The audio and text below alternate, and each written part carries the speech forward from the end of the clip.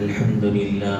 وقال نبينا صلى الله عليه وسلم وحفتهم الملائكة أو كما قال رسول الله صلی اللہ علیہ وسلم. میرے قابل احترام بزرگوں، عزیز دوستوں، ساتھیوں، پردے کے پیچھے بیٹھی ہوئی معزز خواتین اسلام، یقیناً ہم سب کے لیے بہت ہی مبارک موقع ہے. اللہ تبارک و تعالی نے تکمیل قرآن کی محفل میں ہم سب کو جمع فرمایا. رمضان کا مہینہ ہے، یہ بھی برکتوں والا ہے. تراویح کی نماز یہ بھی رمضان کی خصوصی عبادتوں میں سے ہے. مزید برآں اس میں قرآن پاک کے سننے سنانے کا موقع اور پھر اس کی تکمیل کا یہ موقع ہے. حدیث شریف میں ہے کہ جب قرآن مکمل ہوتا ہے تو اللہ تبارک و تعالی اس موقع پر دعا کو قبول فرماتے ہیں. صرف دعا قبول نہیں ہوتی بلکہ ایسی مجلس میں اللہ تبارک و تعالی ایک روایت کے مطابق 4000 فرشتوں کو بھیج دیتے ہیں جو اس دعا پر آمین کہتے ہیں. اسی لیے سلف صالحین کا معمول تھا کہ وہ قرآن کو پڑھتے تھے اور جب قرآن کے ختم کا موقع آتا تو اپنے گھر والوں کو اور اپنے بچوں کو جمع کر لیتے تھے اور یوں کہتے تھے کہ اب تکمیل قرآن کا موقع ہے، سب مل کر دعا کریں گے، اللہ دعا قبول فرمانے والے. اس لیے بہت ہی قابل مبارکباد ہے وہ حضرات کہ جن کو اللہ نے قرآن کے سننے کی توفیق عطا فرمائی ہے. حدیث میں ہے من قام رمضان ایمانا واحتسابا غفر له ما تقدم من ذنبه، کہ جس نے رمضان کے مہینے میں رات میں قیام کیا یعنی تراویح کی نماز پڑھی اور اس میں قرآن کے سننے اور سنانے کا اہتمام کیا، اللہ تبارک و تعالی اس کے اگلے پچھلے گناہوں کو معاف فرما دیتے ہیں.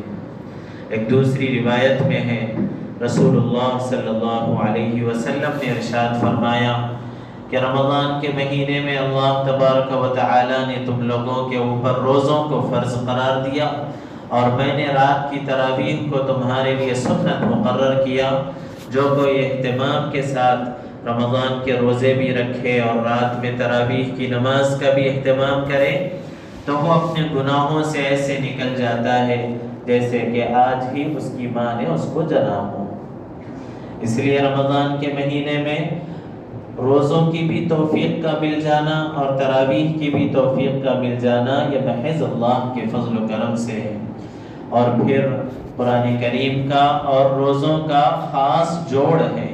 ایک حدیث میں اللہ کے نبی نے ارشاد فرمایا کہ کل قیامت کے دن اللہ کی بارگاہ میں روزہ اور قرآن دونوں سفارش کریں گے، کہیں گے اے بار الہ، میں نے آپ کے بندے کو دن میں پیاس کی شدت میں کھانے پینے سے اور جائز خواہشات سے اس کو روکے رکھا. وہ بھی شخص ہوگا جو اپنی قبر سے اس حال میں اٹھے گا کہ وہ جسم کے اعتبار سے دبلا پتلا کمزور سا ہوگا.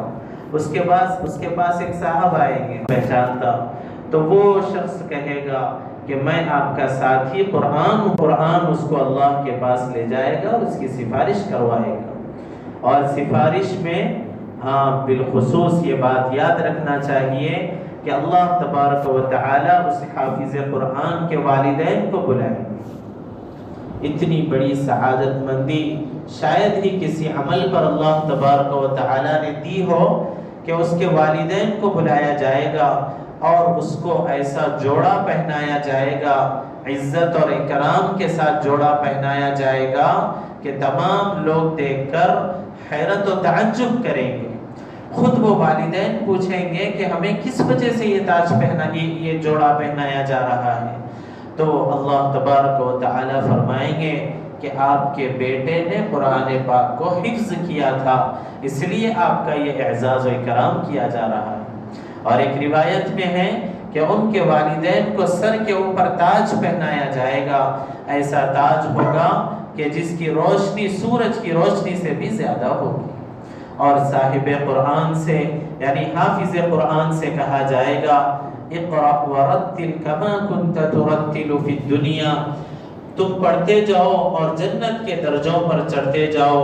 فإن منزلتك عند آخر آية تقرأها، اور تمہارا ٹھکانہ اور تمہاری منزل اور تمہارا محل وہ ہے جہاں پر تم آخری آیت پڑھ کر رکو گے. کتنا بڑا اعزاز اور اکرام ہوگا اس حافظ قرآن کا جس نے دنیا میں محنت کر کے اپنے سینے میں قرآن کو محفوظ کیا ہو. کوشش کرنا چاہیے. ابھی جیسے مولانا نے بھی فرما رہے تھے کہ ہم لوگوں کی ذمہ داری ہے. اللہ نے ایک بڑا انعام دیا ہے قرآن شریف. قرآن شریف یہ اللہ تعالیٰ کی طرف سے دیا ہوا انعام ہے. آپ کو ایک مسئلہ بتا دوں کہ دنیا میں جتنی چیزیں ہیں، آسمان، زمین، پہاڑ، سمندر، حتیٰ کہ آسمانوں کے اوپر کی جو کائنات ہے، عرش ہے، کرسی ہے، یہ تمام چیزیں اللہ تبارک و تعالی نے پیدا کیا ہے. یہ مخلوق ہے. لیکن قرآن شریف کے بارے میں اہل سنت والجماعت کا عقیدہ ہے، اہل سنت والجماعت کا عقیدہ ہے کہ قرآن شریف مخلوق نہیں ہے، یعنی پیدا کی ہوئی چیز نہیں ہے، بلکہ یہ ذات باری سے نکلی ہوئی چیز ہے. یہ صفت ہے، یہ کلام اللہ ہے، اللہ کا کلام ہے جو اللہ کی ذات سے نکلا ہوا ہے.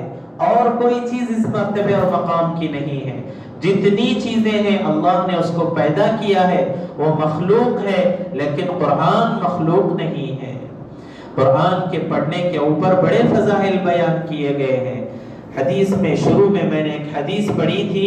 رسول اللہ صلی اللہ علیہ وسلم نے ارشاد فرمایا، جو کوئی لوگ کسی گھر میں، کسی مسجد میں اس لیے جمع ہوتے ہیں تاکہ وہاں پر اللہ کی کتاب کو سیکھیں اور سکھائیں، تو وہاں پر اللہ کی خاص رحمت نازل ہوتی ہے اور اللہ کی سکینہ اترتی ہے، اور وہاں پر فرشتے اس پوری جماعت کو گھیر لیتے ہیں اور گھیرتے ہوئے آسمانوں تک قطار لگائے ہوئے پہنچ جاتے ہیں. قرآن شریف اس کتاب کو پڑھنے کے اوپر، ایک ایک حرف کے پڑھنے کے اوپر ثواب بیان کیا گیا. اور چاہے آدمی سمجھ کر پڑھ رہا ہو یا نہ سمجھ کر پڑھ رہا ہو، بہر صورت اللہ تبارک و تعالی اس پر اس کو نیکیاں عطا فرماتے ہیں. اللہ کے نبی صلی اللہ علیہ وسلم کا عمل یہ تھا کہ رمضان کے مہینے میں حضرت جبرائیل علیہ السلام بالخصوص حضور کے پاس آیا کرتے تھے. کیوں آتے تھے؟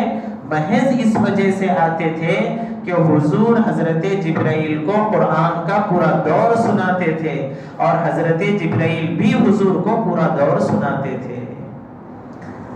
حضرت جبرائیل علیہ السلام رمضان کے مہینے میں حضور کے پاس قرآن کو سنانے کے لیے آ رہے ہیں، اور حضور بھی قرآن ان کو سنا بھی رہے ہیں اور سن بھی رہے ہیں. تو رمضان کے ساتھ قرآن کا خاص جوڑ ہے. جب اللہ نے ہمیں بھی یہ کتاب دی ہے، ہمیں بھی یہ انعام ملا ہے، تو ہماری بھی ذمہ داری بنتی ہے کہ ہم اس کے حقوق کو ادا کرنے والے بنیں. قرآن کریم کی پہلی آیت ہے الف لام میم ذالک الکتاب لا ریب فیہ ھدی للمتقین. یہ کتاب ہے جو متقیوں کو سیدھا راستہ دکھلانے والی ہے. متقی لوگ کون ہیں؟ الذین یؤمنون بالغیب، وہ لوگ ہیں جو غیب پر ایمان لاتے ہیں. یاد رکھیے دنیا میں جتنی نعمتیں ہیں ان تمام نعمتوں میں ایمان کی دولت سب سے بڑی دولت ہے. اللہ نے ہمیں بغیر کسی استحقاق کے، بغیر دعا کیے ہوئے، بغیر مانگے ہوئے اللہ نے ایمان کی دولت عطا فرمائی ہے. ایمان کی بنیاد پر ہی کل قیامت کے دن جنت کا فیصلہ ہوگا. چاہے دنیا کی کوئی نعمت نہ ملی ہو، لیکن ایمان سلامت ہے، اللہ کل قیامت کے دن جنت کا فیصلہ فرمائیں گے. لیکن افسوس کے ساتھ یہ بات بتلانا پڑتا ہے، آج ہمارے مسلمان بھائیوں کو، مسلمان بہنوں کو اس بات کا شعور اور احساس باقی نہیں رہا کہ جو میرے پاس ایمان کی دولت ہے کہ اس کی کیا قیمت ہے، اس کی کیا قدر ہے۔ حضرت ام سلیم رضی اللہ تعالی عنہ ایک صحابیہ ہیں، ان کا نکاح ہوا تھا ایمان لانے سے پہلے کسی غیر مسلم سے نکاح ہوا، نکاح کے بعد ایمان میں آ گئی، ایمان میں آنے کے بعد ایمان کے باقی نہیں رہتا، چنانچہ فوراً اپنے شوہر سے کہا کہ تم ضرور میرے شوہر ہو، لیکن آج سے میں چونکہ ایمان میں داخل ہو چکی ہوں، اس کی وجہ سے آج سے میرا اور آپ کا تعلق شوہر اور بیوی والا نہیں ہو سکتا ہے۔ حضرت عکرمہ بن ابی جہل رضی اللہ عنہ، ابو جہل کے بیٹے ہیں حضرت عکرمہ، ابھی اسلام میں داخل نہیں ہوئے، مسلمان نہیں ہوئے، کفر کی حالت میں تھے، ان کا نکاح ہوا، نکاح ہونے کے بعد ان کی بیوی ان کے ساتھ رہ رہی ہے، ملنے کے بعد اپنے شوہر عکرمہ سے جو ابھی حالت کفر میں تھے صاف کہہ دیا، آج کے بعد سے میرا اور آپ کا بیوی اور شوہر والا تعلق نہیں ہو سکتا، اس لیے کہ میں ایمان لا چکی ہوں اور تم کافر ہو، اور کافر کا اور ایمان والے کا رشتہ نہیں ہو سکتا ہے۔ رسول اللہ صلی اللہ علیہ وسلم کی صاحبزادی حضرت زینب رضی اللہ عنہا کا نکاح ہوا ابو العاص سے، ابو العاص کو ایمان کی دولت نہیں ملی، حضور اپنی صاحبزادی حضرت زینب سے فرماتے ہیں، بیٹی کیا ہوگا، ابھی تک تمہارے شوہر کو ایمان کی توفیق نہیں ہوئی، ابھی تمہارے شوہر آئے ہوئے ہیں، اکرمی مثواہ، اس کے ساتھ اکرام کا معاملہ کرنا، لیکن صاف کہہ دینا آج کے بعد سے شوہر اور بیوی والا تعلق تم سے نہیں ہو سکتا ہے۔ ایمان کے بعد کفر کے ساتھ رشتہ باقی نہیں رہتا ہے، یہ ہماری معزز خواتین کو، ہمارے مرد حضرات کو اچھی طرح یہ بات جان لینا چاہیے، ایمان کے رہتے ہوئے اگر غیر ایمان والی حرکتیں ہوں گی تو ایمان سے خارج ہو جائیں گے۔ اللہ کے نبی نے پناہ مانگی ہے ایمان کے بعد کفر میں لوٹ جانے سے، ایمان کے بعد کفر میں پلٹ جانے سے، اس ایمان کی قدر کرنا ہے۔ دعا سکھلائی گئی، اللہم انا نسألک ایمانا لا یرتد، اے اللہ ایسا ایمان عطا فرمائیے جو پھر ہم کو مرتد نہ بنا دے۔ رشتہ نکاح، یہ جو شادی والا جو رشتہ ہوتا ہے، اس میں بہت ہی اہمیت کے ساتھ اس بات کو یاد رکھنا چاہیے کہ ایمان اور کفر کے ساتھ نکاح والا رشتہ باقی نہیں رہ سکتا ہے۔ ہاں آج مسئلہ یہ ہے کہ ہم لوگوں کے پاس علم کی کمی ہے، جہالت کے اندھیرے ہیں، علم کی روشنی نہیں ہے، جس کی وجہ سے بہت سارے ایسے ہمارے خاندانی معاملات، بہت سارے ہمارے ذاتی اور انفرادی معاملات ایسے ہو جاتے ہیں کہ ہمیں پتہ بھی نہیں چلتا اور ہم ایمان سے محروم بھی ہو جاتے ہیں۔ اس لیے ضرورت ہے اس بات کی کہ ہم علم کو حاصل کریں، علم کے نور کو حاصل کریں، علم کی روشنی کو حاصل کریں۔ قرآن یہ جو کتاب دی گئی ہے، یہ کتاب اس لیے نہیں دی گئی کہ اسے تاقوں میں سجا کر رکھا جائے، اس لیے نہیں دی گئی کہ کسی کے مرنے کے بعد ایصال ثواب کے لیے پڑھا جائے، اس لیے نہیں دی گئی کہ کسی خاص موقع پر یاد کر لیا جائے اور اس کے بعد چھوڑ دیا جائے۔ قرآن کہتا ہے ثم اورثنا الكتاب الذين اصطفينا من عبادنا، بہت سارے ہمارے بندوں کو ہم نے یہ کتاب عطا کی ہے، لیکن صورتحال یہ ہے فمنهم ظالم لنفسه، یہ قرآن کے ملنے کے باوجود بہت سارے لوگ اپنی ذات پر ظلم کر رہے ہیں۔ آپ بتائیے، قرآن ملا ہوا ہے، اللہ کی کتاب ہے، قرآن خود کہہ رہا ہے کہ قرآن ملنے کے بعد تم لوگ اپنی زندگیوں پر ظلم نہیں، تو پھر یہ قرآن ہمیں ملنے کے باوجود ہمیں ملنے کے باوجود ہم اللہ کی نگاہ میں مجرم سمجھے جائیں گے. کل قیامت کے دن رسول اللہ صلی اللہ علیہ وسلم اللہ کی بارگاہ میں کہیں گے یا رب ان قوم اتخذوا هذا القرآن مہجورا. اے بار الہ میری قوم نے میری کتاب کو چھوڑ دیا، اس کے اوپر عمل نہیں کیا.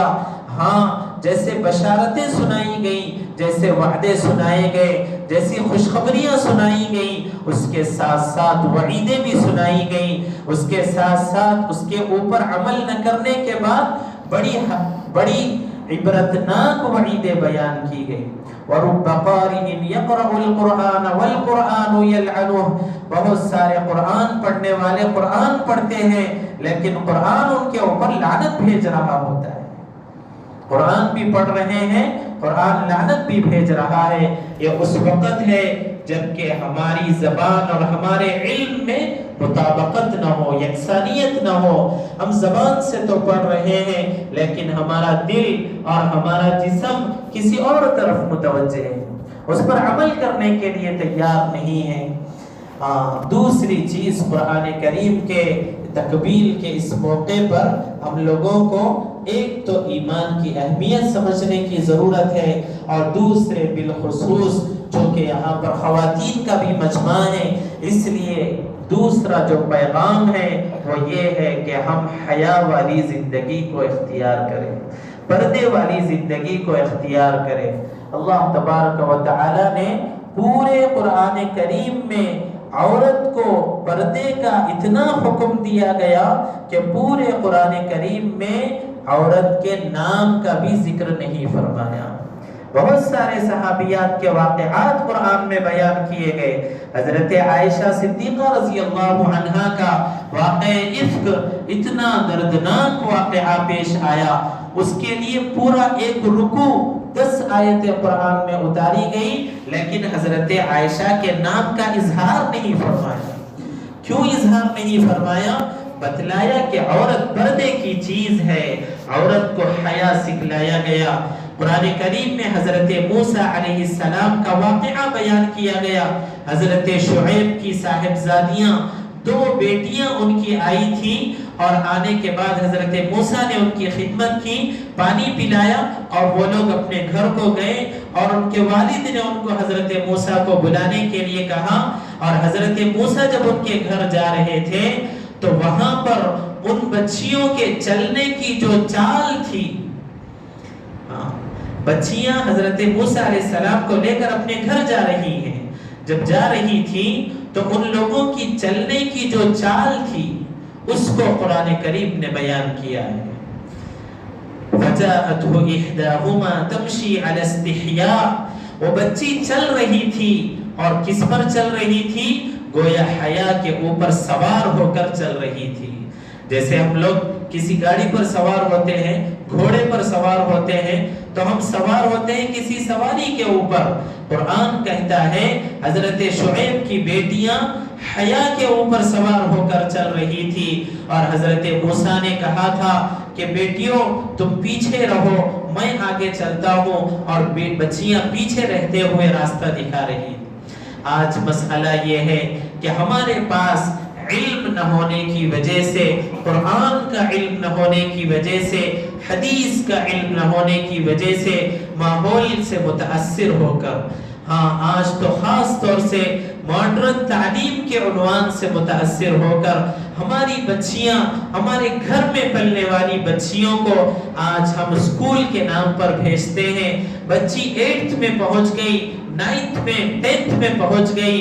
آج ایک باپ ہے، ایک ماں ہے، اپنی بچی کو اسکول کو بھیجتا ہے، کالج کو بھیجتا ہے، آٹو کا خرچہ برداشت کرتا ہے، اسکول کی فیس برداشت کرتا ہے.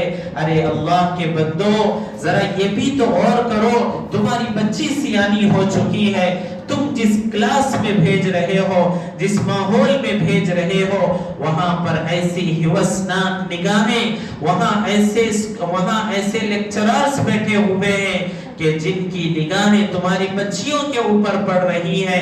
حرام ہے، حرام ہے حرام ہے، ایسی تعلیم کو خیر بات کہہ دیجئے، کوئی ضرورت نہیں ہے ایسی تعلیم کی جس تعلیم کی وجہ سے ہماری بچیوں کے حیا کا جنازہ نکل رہا ہو، ہماری بچیوں کے اندر سے پردے کی اہمیت نکل رہی ہو۔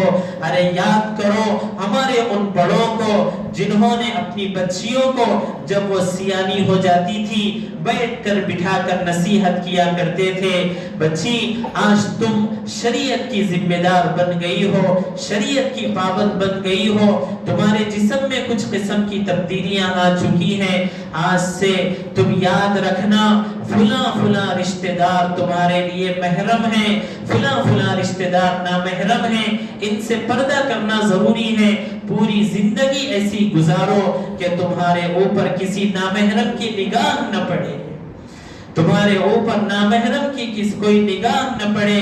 ہاں ہماری مائیں اور ہمارے باپ ان کی ذمہ داری بنتی ہے، باپ کے اندر سے غیرت نکل جاتی ہے تب عورت کے اندر سے حیا نکلتی ہے، باپ بے غیرت بنا ہوا ہے، باپ کو شرم نہیں آتی، باپ فخر کر رہا ہے کہ میری بیٹی فلاں اسکول میں فلاں پروگرام میں ڈانس کر رہی تھی اور بہت اچھی لگ رہی تھی، باپ کو اپنی بیٹی کی حیا کی فکر نہیں ہے، ماں فخر کرتی ہوئی کہہ رہی ہے کہ میری بیٹی فلاں کالج میں فلاں ڈانس میں فرسٹ آئی ہے اور اس کو یہ ایوارڈ ملا ہے۔ ارے یاد کرو فرعون کی بیوی حضرت آسیہ کا واقعہ قرآن میں بیان کیا گیا، حضرت آسیہ نے اپنے شوہر ظالم شوہر فرعون کے پاس رہ کر صاف انکار کر دیا کہ تجھ کو خدا نہیں مان سکتی، تیری عبادت نہیں کر سکتی، میں تو ایک اللہ پر ایمان لائی ہوں، میں تو ایک اللہ کی پابند رہوں گی، چاہے تو مجھ کے میرے ساتھ جو کرنا ہے کر لے۔ چنانچہ اس خاتون نے اپنے پورے جسم کے اوپر کیل کے ڈھکوانے کو برداشت کر لیا اور کیل کے ڈھکواتے ہوئے مسکراتی ہوئی دنیا سے چلی گئی، لیکن فرعون کی فرعونیت کو قبول نہیں کیا۔ کیا کر لیں گے، کب تک جی لیں گے؟ کون ایسا بادشاہ گزرا ہے جس نے موت کا منہ نہ دیکھا ہو؟ کون سی ایسی حسینہ ہے جس نے موت کے منہ میں اپنے آپ کو داخل نہ کیا ہو؟ بہت سارے بادشاہ آئے اور چلے گئے، فرعون جیسا بادشاہ آیا اور چلے گیا، نمرود جیسا بادشاہ آیا اور چلا گیا۔ آج ہم بھی اس دھرتی پر ہیں تو اکڑنے کی ضرورت نہیں ہے، آج بھی اللہ نے صحت و تندرستی دی ہے، مال و دولت کے چند ٹکڑے دیے ہیں تو اس پر اترانے کی ضرورت نہیں ہے۔ یاد کرنا چاہیے کل نفس ذائقۃ الموت، ہر ایک کو مرنا ہے۔ حضور کو اللہ نے فرمایا کب تک رہنا ہے رہ لو، فَإِنَّكَ مَيِّتٌ، ایک وقت آئے گا تمہیں بھی مرنا ہے۔ آج ہمیں وہ یاد کرنے کی ضرورت ہے کہ آج اگر ہم چاہے جتنی بھی کوششیں کر لیں، چاہے ہم دنیا میں جتنا بھی اچھے سے اچھا اسٹیٹس مینٹین کر لیں، لیکن آخر میں تو موت کا منہ دیکھنا ہے، وہاں پر اللہ کو جواب دینا ہے۔ ہماری زندگیاں کہاں گزر رہی ہیں؟ اس لیے عزیز دوستو، ہماری ان خواتین کو بھی چاہیے اپنے ایمان کی سلامتی کے لیے علماء کی صحبتوں میں جائیں، مدارس کے ساتھ اپنے تعلق کو قائم کریں اور مستورات کے اجتماعات میں خانقاہی سلسلے میں اپنے آپ کو جوڑیں تاکہ ہمارے اندر ایمان جو کمزور ہو چکا ہے، روحانیت جو مزمحل ہو چکی ہے اور دنیا کی محبت جو ہمارے اوپر غالب آ چکی ہے اس کو صاف کیا جا سکے، ایمان کا نور ہمارے دل میں آئے۔ حضرت خواجہ نظام الدین اولیاء رحمت اللہ علیہ کا زمانہ ہے، ایک خاتون نے ایک ماں نے اپنی بیٹی کو نصیحت کرتے ہوئے کہا تھا، بیٹی میں تو دین کی باتیں تم کو کچھ زیادہ نہیں سنا سکتی، ہاں اتنا کرتی ہوں کہ تم چلو ہم کسی اللہ والے کی مجلس میں بیٹھیں گے۔ نظام الدین اولیاء کی مجلس میں گئے اور جانے کے بعد حضرت کی باتیں سنی، باتیں سننے کے بعد دل نرم ہوا۔ اس بیٹی وہ حمل سے تھی، امید سے تھی، اس نے اپنے دل کی نرمی کی حالت میں اسی حضرت کی مجلس میں ارادہ کر لیا کہ یہ جو میرا بیٹا میرے پیٹ میں ہے میں اس کو اللہ کے دین کی خدمت کے لیے وقف کروں گی، اللہ کے دین کے کام کے لیے وقف کروں گی۔ چنانچہ اس کا وہ ارادہ، وہ مبارک مجلس تھی، اس مجلس میں اس نے وہ عزم کیا، وہ ارادہ کیا، قبولیت کی گھڑی تھی، اللہ نے قبول کر لیا، اور قبول کرنے کے بعد جب انہیں کی اولاد ہوئی تو اللہ نے اولیاء کا سردار بنا کر پیدا کیا۔ ہاں، جب ارادہ کرتے ہیں، جب ہمارا عزم ہوتا ہے، اللہ والوں کے ساتھ جڑے ہوئے ہوتے ہیں، علماء کے ساتھ جڑے ہوئے ہوتے ہیں، اللہ نسلوں کے فیصلے کر دیتے ہیں، اللہ نسلوں کے فیصلے کر دیتے ہیں۔ ہاں، یہ کوئی کمال نہیں ہے کہ ہم نے اپنی نسل کو جن دیا اور ان کے لیے دنیا کے اعتبار سے اسباب و وسائل کو تیار کر کے رکھ دیا اور ان کے لیے بہت سارے ساز و سامان دے دیے۔ یاد رکھیے، دنیا کے ساز و سامان دینے کے بعد وہی اولاد ہمارے لیے عذاب کا ذریعہ بن سکتی ہے، عذاب کا ذریعہ بن سکتی ہے۔ اس لیے کہہ رہا ہوں، حدیث میں اللہ کے نبی نے فرمایا، دعا کرتے ہوئے اللہ کے نبی نے فرمایا، اللہم انا نعوذ بکا من ولد یکون علی وبالا، اے اللہ ایسی اولاد سے پناہ مانگتے ہیں جو ہمارے لیے وبال بن جائے، جو ہمارے لیے وبال بن جائے۔ جیسے ہم لوگ سنتے ہیں کہ اگر ہماری اولاد حافظ قرآن بن جائے تو وہ اولاد ہمارے لیے ثواب جاریہ بن جائے گی۔ جب تک تمہارا بیٹا قرآن پڑھتا رہے گا اللہ تمہارے لیے ثواب کو لکھتے رہیں گے۔ اس کے ساتھ ساتھ یہ بھی یاد رکھیے، اگر اولاد کی صحیح تربیت نہیں ہوئی، ان کو صحیح تعلیم و تربیت نہیں دیا تو یہ اولاد تمہارے لیے عذاب جاریہ بن جائے گی۔ تم دنیا سے رخصت ہو جاؤ گے، قبر کے گڑھے میں پہنچ جاؤ گے۔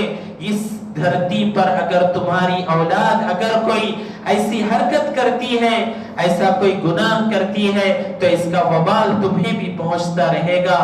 ہاں، اگر خاندانوں میں ہماری عورتوں کی بھی ذمہ داری بنتی ہے کہ یہ عورتیں اپنی اولاد کو سکھائیں۔ پہلے زمانے کی دادیاں، پہلے زمانے کی نانیاں ہوا کرتی تھی، اپنے بچوں کو بلاتی تھی، بٹھاتی تھی، انبیاء کے واقعات، صحابہ کے واقعات، صحابیات کے واقعات سنایا کرتی تھی، جس سے ان کا ذہن بنتا تھا، جس سے ان کی تربیت ہوتی تھی اور بچے اسی تربیت کے مطابق ڈھلتے جاتے تھے۔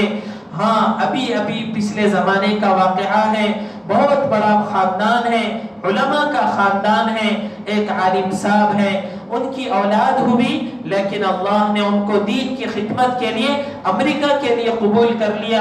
وہاں جا کر امامت کر رہے ہیں، وہاں جا کر لوگوں کو نماز پڑھا رہے ہیں، لیکن یہاں ان کی ماں ہے، وہ دیکھ رہی ہے کہ ان کی جو اولاد ہے وہ اولاد بگڑتی جا رہی ہے، کچھ ان کے اندر اخلاقی گراوٹ آ رہی ہے۔ فوراً اپنے بیٹے کو، عالم دین کو فون کر کے کہا، بیٹے تمہارے ڈالر کی ضرورت نہیں ہے، تمہارے ریال کی ضرورت نہیں ہے، اس ملک کو چھوڑ دو اور چھوڑ کر یہاں آ جاؤ، میں دیکھ رہی ہوں کہ تمہاری اولاد کی اخلاقی حالت بگڑ رہی ہے۔ ہاں، ہم اگر اولاد کی ہم خود فکر کریں گے، ہم خود انہیں سکھائیں گے تو پھر اولاد بھی ویسے سیکھے گی۔ آج ہمارے گھروں کا ماحول، اللہ معاف فرمائے، اگر کچھ دینی مذاکرے کی بات آتی ہے، اگر کچھ دینی اجتماع کی بات آتی ہے، 2 گھنٹے بیٹھنے کے لیے ہماری جان نکل جاتی ہے، بہت زیادہ شاق گزرتا ہے، بہت زیادہ مشکل ہوتی ہے کہ صاحب 2 گھنٹے کا اجتماع کیسے اٹینڈ کیا جائے۔ ہاں، وہی کوئی دنیا کا پروگرام ہوتا ہے، کوئی دنیاوی مصروفیت ہوتی ہے تو ہمارے کئی گھنٹے چلے جاتے ہیں۔ اس لیے ہم لوگوں کو اپنے دلوں کے رخ کو بدلنے کی ضرورت ہے، ہم اپنے ارادوں کو بدلیں، اپنے جذبات کو بدلیں۔ ہمیں اپنی اولاد کو لے کر کوئی زیادہ بڑی دنیا کمانا نہیں ہے۔ آج کون سا ایسا باپ ہے جو اپنی بچوں کو اور بچیوں کو اس لیے پڑھا رہا ہو، بطور خاص بچیوں کو اس لیے پڑھا رہا ہو کہ اسے کوئی دنیا کی بڑی ڈگری اس لیے دلانا ہے تاکہ وہ نوکری کرے، تاکہ وہ کسی بڑے عہدے پر جائے۔ عام طور پر ہمارے مسلمانوں میں تو یہ مقصد سے تو نہیں پڑھایا جاتا۔ جب اس مقصد سے آپ نہیں پڑھا رہے ہیں تو پھر آپ کی ذمہ داری ہے کہ اس بچی کو وہ تعلیم دیجئے، وہ تعلیم دیجئے جس سے اس کا مستقبل سنور سکتا ہو، جس سے اس کا فیوچر سنور سکتا ہو۔ بچی کا مستقبل کیا ہے اور بچی کا فیوچر کیا ہے؟ بچی کو آگے چل کر بہو بننا ہے، بچی کو آگے چل کر ایک ماں بننا ہے، بچی کو آگے چل کر ایک ذمہ دار بیوی بننا ہے۔ تو بیوی بننے کے لیے کیا چیزوں کی ضرورت ہے، بہو بننے کے لیے کیا اخلاق کی ضرورت ہے، اور ایک ماں بننے کے لیے کیا کیا کوالٹی کی ضرورت ہے، وہ کوالٹی اس بچی کے اندر پیدا کرنا اور اس طرح کے اخلاق اور اوصاف کو پیدا کرنا، یہ ماں باپ کی ذمہ داری ہے۔ آج آپ کو معلوم ہونا چاہیے جتنے نکاح ہو رہے ہیں وہی اس طرح کے تفریق والے واقعات بھی پیش آ رہے ہیں۔ خاندان بکھرا ہوا ہے، خاندان ٹوٹا ہوا ہے، خاندان منتشر ہے۔ نکاح ہوا، صاحب ابھی 2 مہینے نہیں گزرے اور اس کے بعد جدائی ہو گئی۔ کیوں؟ اس لیے کہ بچی کے اندر ابھی وہ ٹکاؤ والا، ابھی وہ برداشت والا وہ مزاج پیدا نہیں ہوا۔ نتیجتاً تھوڑی سی چپقلش ہوئی، تھوڑی سی کڑوی کسیلی سنی گئی، جس کی وجہ سے بچی نے کہہ دیا کہ میں یہاں نہیں رہوں گی، اور اس کے بعد دونوں کے درمیان جدائی ہو گئی۔ ہاں، ہونا تو یہ چاہیے کہ اس بچی کو یہ بتلایا جائے کہ بیٹی، تمہارے پیدا ہونے کے بعد 20-22 سال کا گھر تمہارا ماں کا گھر ہے، اس کے بعد تمہارا گھر ساس کا گھر ہے، تمہیں یہاں زندگی گزارنا ہے، یہاں سمسار کرنا ہے، یہاں خدمت کرنا ہے، اور یہیں پر تمہیں ثواب دیا جائے گا، یہیں پر تمہیں جینا ہے، یہیں پر تمہیں مرنا ہے۔ اس کے لیے جو فضائل ہیں، اس کے لیے جو اللہ کے نبی صلی اللہ علیہ وسلم کی جو ہدایات ہیں، وہ اگر سامنے ہوں گی تو پھر بچیاں بھی پوری ذمہ داری کے ساتھ گھر کو سنبھالنے والی بنے گی۔ ورنہ اگر ہم نے ان چیزوں سے انہیں محروم رکھا تو پھر یہ بچیاں ہمارے ان خاندانوں کو توڑنے کا بھی ذریعہ بن سکتی ہے، اور اس کے ذمہ دار ہم ماں باپ سمجھے جائیں گے، اس کے ذمہ دار ہم ماں باپ سمجھے جائیں گے۔ بتلائیے اس معصوم نسل کا کیا قصور ہے، بتلائیے ان معصوم بچوں کا کیا قصور ہے، جب ماں کو دیکھ رہے ہیں کہ موبائل میں لگی ہوئی ہے، باپ کو دیکھ رہے ہیں تربیت کے لیے وقت دینے کے لیے تیار نہیں ہے۔ ارے ہونا تو یہ چاہیے ایک ماں کسی موقع سے باہر گئی ہو اور باہر جا کر فوراً واپس آئی ہو، اور آنے کے بعد استغفار میں لگ رہی ہو، رو رہی ہو، دھو رہی ہو، بیٹی پوچھ رہی ہے امی جان کیا ہوا، ابھی تو آپ گئے تھے پھر واپس آ گئے، تو ماں یوں کہہ رہی ہو کہ ہاں گئی تھی، لیکن کسی غفلت کی وجہ سے کسی نامحرم کی نگاہ میرے اوپر پڑ گئی، میں فوراً استغفار کرتی ہوئی واپس آ گئی۔ تو اس بیٹی کے اوپر بھی اثر پڑے گا کہ ہاں امی جان پردے کا اتنا اہتمام کر رہی ہے کہ نامحرم کی نگاہ پڑ گئی اور آ کر دعا میں گڑ گڑا کر رو رہی ہے، مجھے بھی چاہیے کہ میں بھی اس طرح کی پاک دامنی والی زندگی گزاروں۔ ہاں، جب ماں کو ہی اپنے پردے کا لحاظ نہ ہو، جب ماں ہی بے حیائی کر رہی ہو، تو پھر اولاد بھی بے حیائی کے راستے پر جائے گی، بے پردگی کے راستے پر جائے گی۔ قرآن نے تو یہاں تک کہا جو تم زیورات پہن رہی ہو، جو تم زیورات کی جو جھنکار آ رہی ہے، وہ جھنکار کی آواز بھی باہر کسی مرد کو سنائی نہ دے۔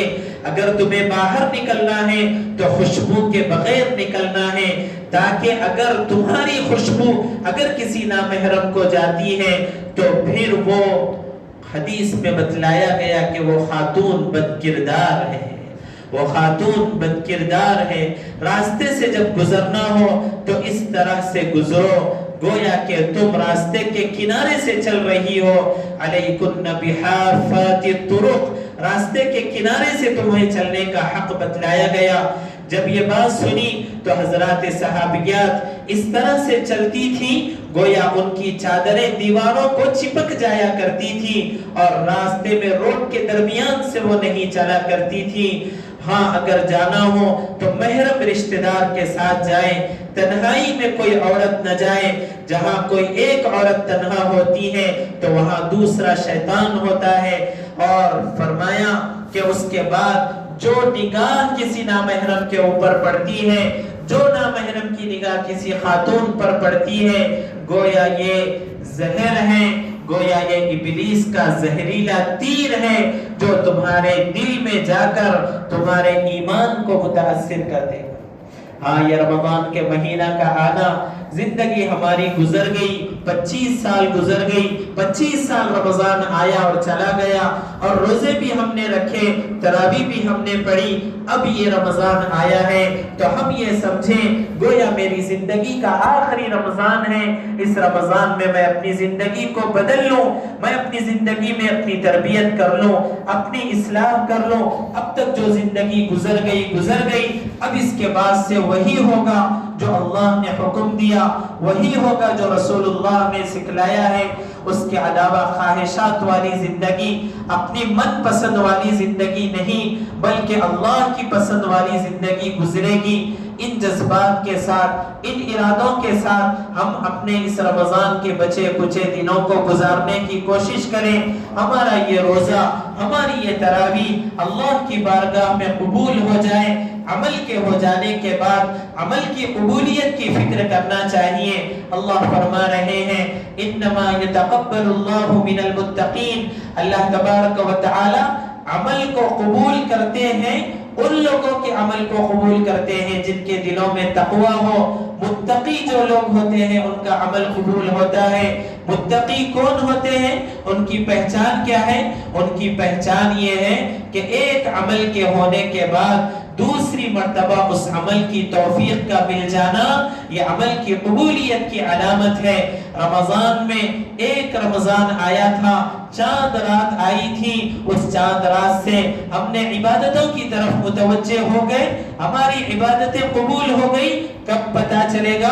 جب دوسری چاند رات آئے گی، عید کا چاند نظر آئے گا، اس کے بعد فجر کی نماز میں ہماری مسجدیں بھری ہوئی ہو اور ہماری عبادتوں کا وہی معیار چل رہا ہو جو رمضان میں چل رہا تھا، تو اس کا مطلب یہ ہے کہ ہمارے اعمال قبول ہو گئے۔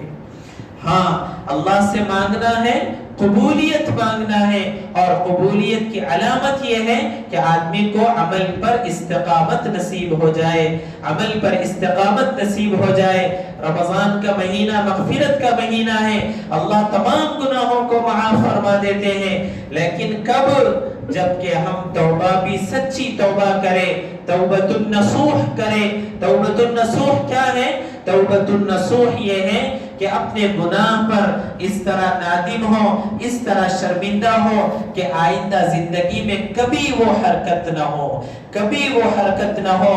علماء نے اس کو مثال سے سمجھایا، ایسے گناہ سے توبہ کرو، ایسے گناہ سے توبہ کرو جیسے کہ تھن سے دودھ نکلنے کے بعد دوبارہ تھن میں نہیں جا سکتا، ایسے ہی گناہ کو چھوڑنے کے بعد دوبارہ گناہ کی طرف نگاہ اٹھا کر بھی نہیں دیکھیں گے۔ اس جذبات کے ساتھ اگر ہماری توبہ ہوگی تو پھر اللہ ہماری توبہ کو بھی قبول فرمائیں گے۔ اللہ تبارک و تعالی سے دعا ہے اللہ تعالی ان کہی گئی باتوں پر عمل کی توفیق عطا فرمائے۔ آمین۔ وآخر دعوانا الحمدللہ رب العالمین۔